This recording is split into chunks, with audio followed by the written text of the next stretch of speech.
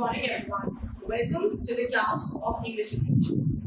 Now it's been a while that we have started with so many chapters, and I think from every chapter you must have learned one thing or the other.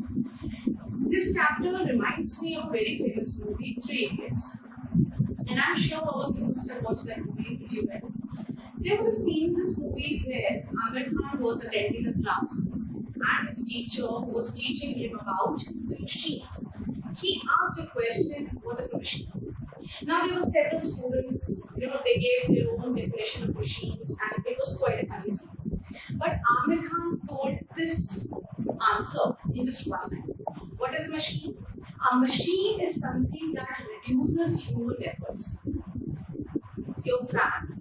Now fan is something that when it moves, it is giving you air. It is giving you relief.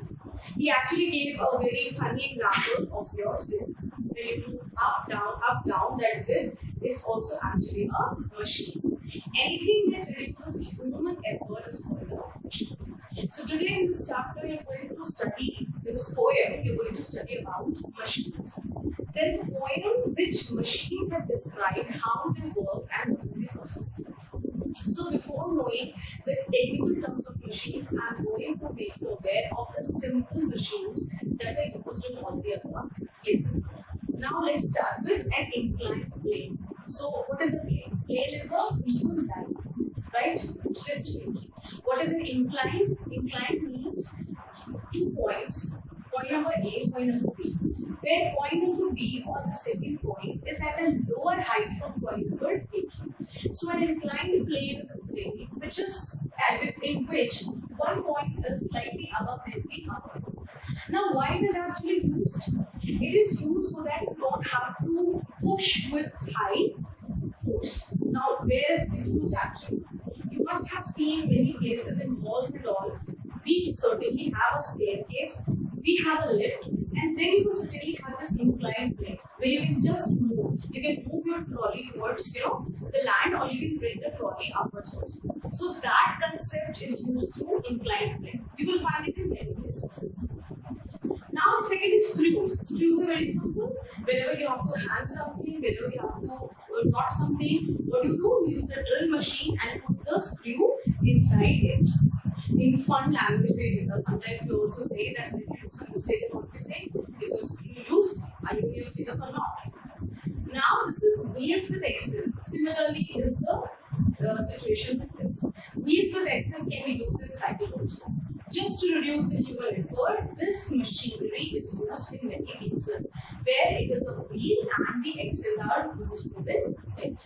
Now coming on to wedges. Wedges are simply, you must have seen a hammer kind of structure. There are 2 rocks here. The wedges is used to divide the rock into 2 parts. So this wedges perform that function. Pulley. Pulley is a very interesting example. Did you see a well? What do you do in a well? A bucket goes down and you have one rope at the end of you have one rope in your hand, and the other bucket is in the well. So when you pull that rope, the bucket comes down. So that is an example of a pulley. Now coming on to the last, that is levers. Now these are very simple and easy tasks. It is for seesaw. Have you ever seen seesaw? Seesaw is actually used for making levers. It is used to balance the weight on both the opposite directions. So now these are the simple machines that are used in our daily life, which we are not aware of in many places. So you should have a clear idea of these simple machines. So students, let us start with the poem. Now this poem is actually conveyed by the machines themselves. You can imagine as if the machines are introducing themselves to you. The first line says, "We were taken from the ore bed and the mine. We were melted in the furnace and the pit." Now we means machines here.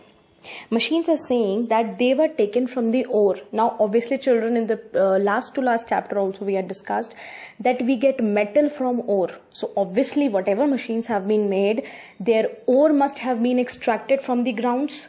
First of all, their ore must have been taken. Then they were taken to the furnace. Now what is a furnace? Furnace is a place where you can, burn the metals, right, and give them a proper shape. where you can just put some heat in a container and you can melt the proper metal and then give them a proper shape. We were cast and wrought and hammered to design. Now there are three things that you can do with the metal.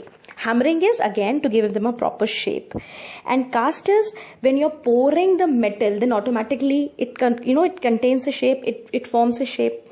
And wrought is again when you have to shape it by hammering. So to give it a shape or a particular design, what is being done to them? They are casted, wrought and hammered. Both the things, cast, wrought, are used to give them a proper shape when it is in the liquid form.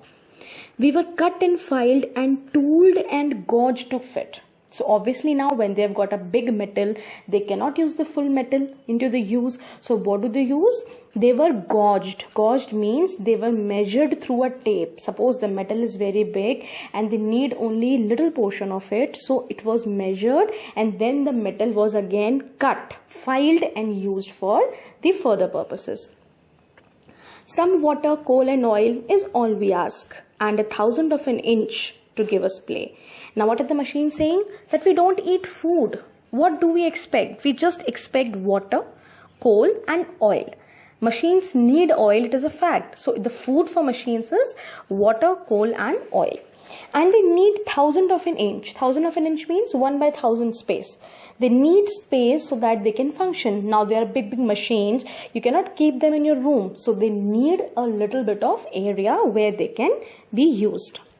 And now if you will set us to our task. Now the machines are saying, after doing all the casting, hammering, gauging, after that if you give us some task, we will serve you 4 and 20 hours a day. Then they are saying that we are able to serve you for 24 hours a day. Second stanza, we can pull and haul and push and lift and drive. Now in this stanza, the machines are telling what they can do. Now there are so many machines, like I told you, pulley. It can be used to take out some material. So they can pull, they can push, they can lift, they can drive. In your cars also, there is obviously a mechanism, right? A machinery is used. We can print, printing machines are also there. Plow, weave. Now in the agricultural field also, you must have seen there are a lot of machines. So what they can do? They can print, they can plow, they can weave, they can heat and light. The heat, the warmth and light is also given by the machines. We can run and race and swim and fly and dive. These machines are also available where they can run, race, swim, fly and dive. We can see, hear and count and read and write. So in this stanza, they have told what all they can do. Now we are going to talk about a very small machine, that is a telephone or a mobile. Would you call a friend from half across the world? If you will let us have his name and town and state, you shall see and hear your crackling question heard. Now the machine is saying you must be having so many friends. So do you want to meet them? Do you want to give them a call? Do you want to get in touch with them? So what you have to do is you just have to mention their name, town and state, and very soon we'll connect you to your friend. Across the arc of heaven while you wait, has he answered? Does he need you to us at his side?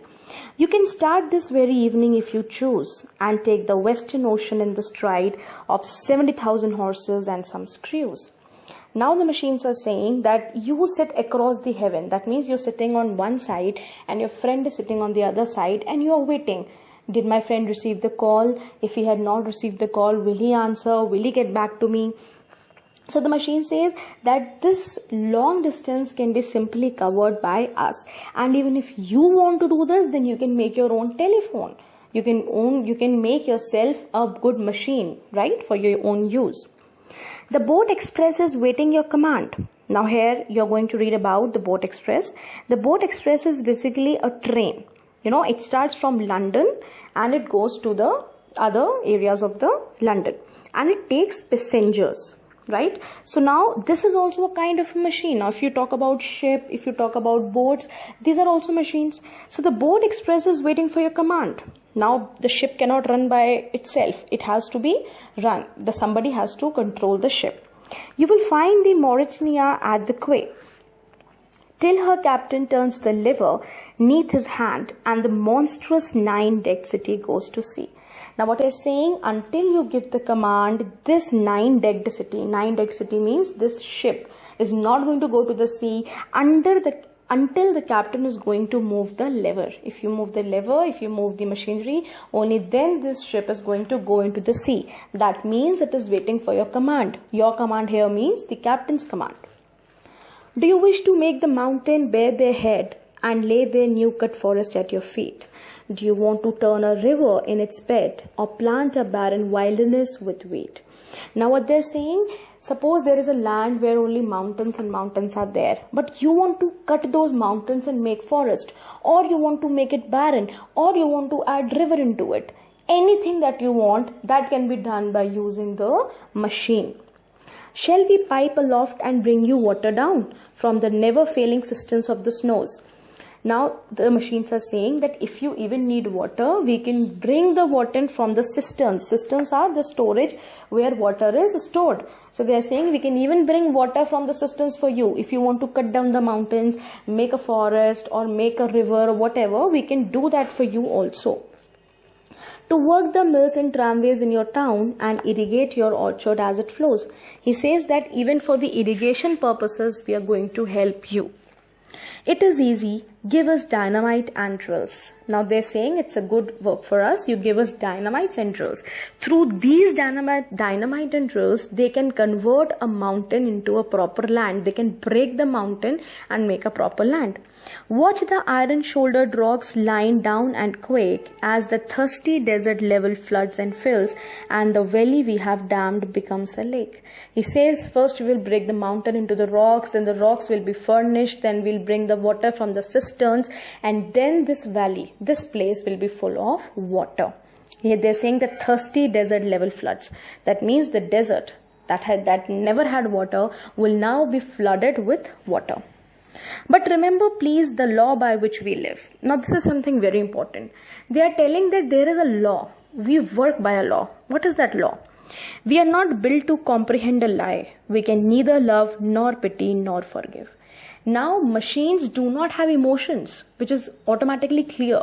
So they say don't expect anything from us. We cannot love. We cannot forgive you. We cannot have pity. We cannot even lie. Whatever we are. And whatever we are, it is what you have made us. If you make a slip in handling us, you die. And if a single error you do, you are going to die. You are going to bear the consequences on your own. We are greater than the people or the kings. Be humble as you crawl beneath our rods. They're saying that you have to treat us as if we are better than the people and the kings. Because now why they have used this statement? Because now certainly machines feel that humans are dependent on them. Like, you know, they are the rulers, like they are the kings. The machines are the king and we people are dependent. Now if I ask you to cut the crops with your hand, you will find it difficult. If there is a big land and I ask you, beta, cut these crops. But at the same time, if I give you a machine, then you will do it in a faster manner, isn't it? So now they are saying, consider us the king and the queen and the princes and the rulers. And when you are coming close to us, be careful. We can simply kill you or you can be blown under us. Our touch can alter all created things. We are everything on earth except the gods. Now imagine, the machinery is saying that we are everything, just we are not God. Right? Apart the God, they are treating themselves as the most important thing on all parts of the earth. Though our smoke may hide the heavens from your eyes, it will vanish and the stars will shine again. Because for all our power and weight and size, we are nothing more than children of your brain. The machines are saying that probably you are not able to see what we are doing. The smoke that we are producing, it is hiding things from you. But remember one thing, we are nothing but just an invention, and that invention which you have made. In the last line it is written, we are nothing more than children of your brain. Children of your brain means your own imagination. We are nothing but just the imagination of your brain. So this was an interesting poem. Now I have something more important to share with you. Now since we are done with chapter, we have already started with the famous movie. There is something that I want to emphasize at the last. and get the chapter, which is कामयाब होने के लिए नहीं, काबिल होने के लिए. कामयाबी is when you are running after success. You have less knowledge, but you are fond of knowledge and you are running after success. Instead of doing it, make yourself capable. Kabil, make yourself capable that success runs after you and you don't have to run after success. And I'm sure you and all of us, with the help of our channel Ignited Minds, will certainly achieve this Friday. All the best, take care, and don't forget to like, subscribe your YouTube channel.